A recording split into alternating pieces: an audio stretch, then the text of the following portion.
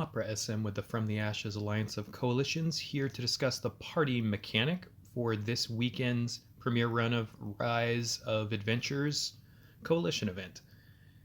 Party is a bit of a tricky mechanic to build towards. You need to have 4 permanents on the board.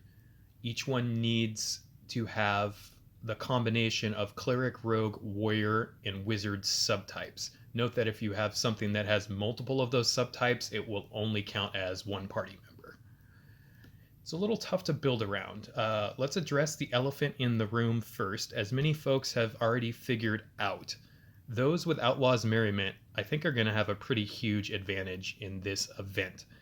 This mythic from Eldraine creates 3 different support tokens, all of which have the relevant subtypes: Cleric, Rogue, and Warrior. If you have a way to consistently get this card out, you've got 3 of the 4 party types available. And actually on this event, since you can choose an event support which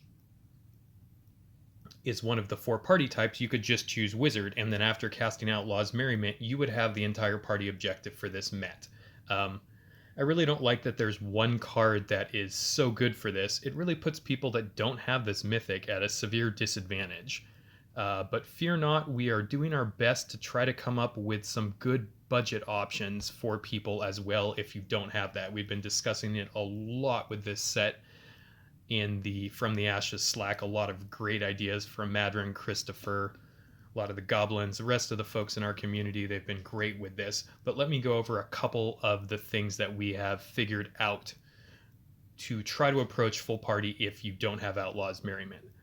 First of them, there are 3 cards in this set which have all of the different party mechanics. Stonework Pack Beast, a common, which is great. Tajuru Paragon, this support, is one of the better ones because when it enters the battlefield, you can fetch the first creature card from your library, which is awesome. And then there's an uncommon creature as well, this 6/6 Vigilant Veteran Adventurer. So those are relevant because while they will only count as one party type, it gives you a little bit of flexibility as to what you can get. A couple things that we have noticed with those guys: you can use them in combinations a lot if you have stuff that can fetch up, let's say, an artifact for Stonework Pack Beast, support for Tajuru Paragon, a cleric if there's something that fetches up clerics or humans as well for this guy.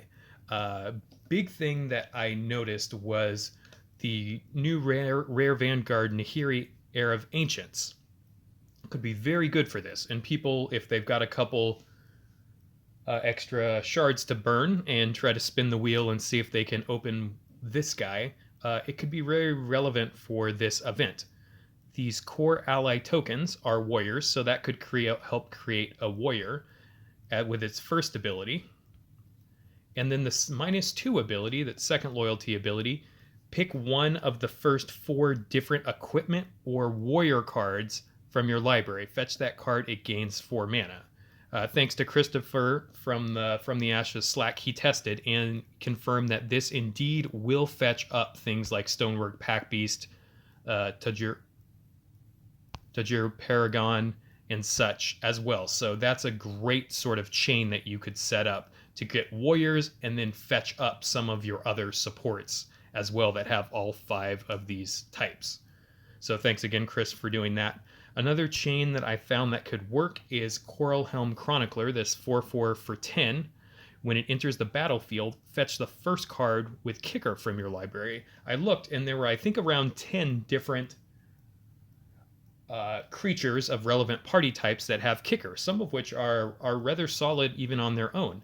So this guy is great for that because he's a wizard himself, and then you could fetch up a party member with Kicker, which could have another relevant type. And then if you chose to cast that and use the Kicker effect, you can even get a little more card selection advantage from the first ability on him when you drain mana from your hand with Kicker. discard the last card without mana from your hand, then draw a card, it gains 6 mana. So Coilhelm Chronicler into any relevantly partied kicker cards is great. And then you can get even more advantage by using the kicker and doing some rummaging effects with that. What else? There were a couple things that we figured out that you might be able to do.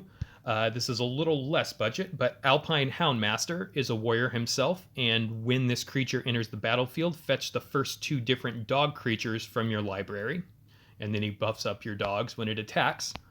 Well, Paco, everyone's favorite friend, with his companion ability, if you have 2 or fewer non-land supports in your deck, you get to create the Halden support, which is a wizard.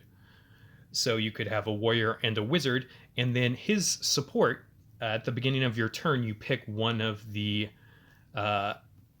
top 3 cards from target player's exile, fetch that card, it gains 6 mana. And then when he attacks, he exiles the top card from each player's library. So you can use that to search your own exile or even your opponent's to try to find something from them. Stuff that lets you take cards from opponents are also pretty good on this. So that's another chain that we found. I think the last chain we found, I think Madrin was the first I remember bringing this up, was Winota. So you can use this with human and non-human creatures of relevant party types to help fetch up some other cards from your library as well.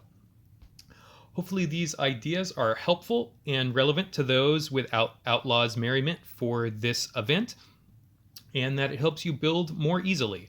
Oh, one other thing I did figure out too with Outlaws Merriment, not sure how competitive a mono red deck would be, but Jaya Ballard, if you run Outlaws Merriment as your only spell, could fetch that up with 10 mana. So if anyone can find a cool mono red build that they want to use with that, maybe something with like Molten Echoes and a giant creature to attack, or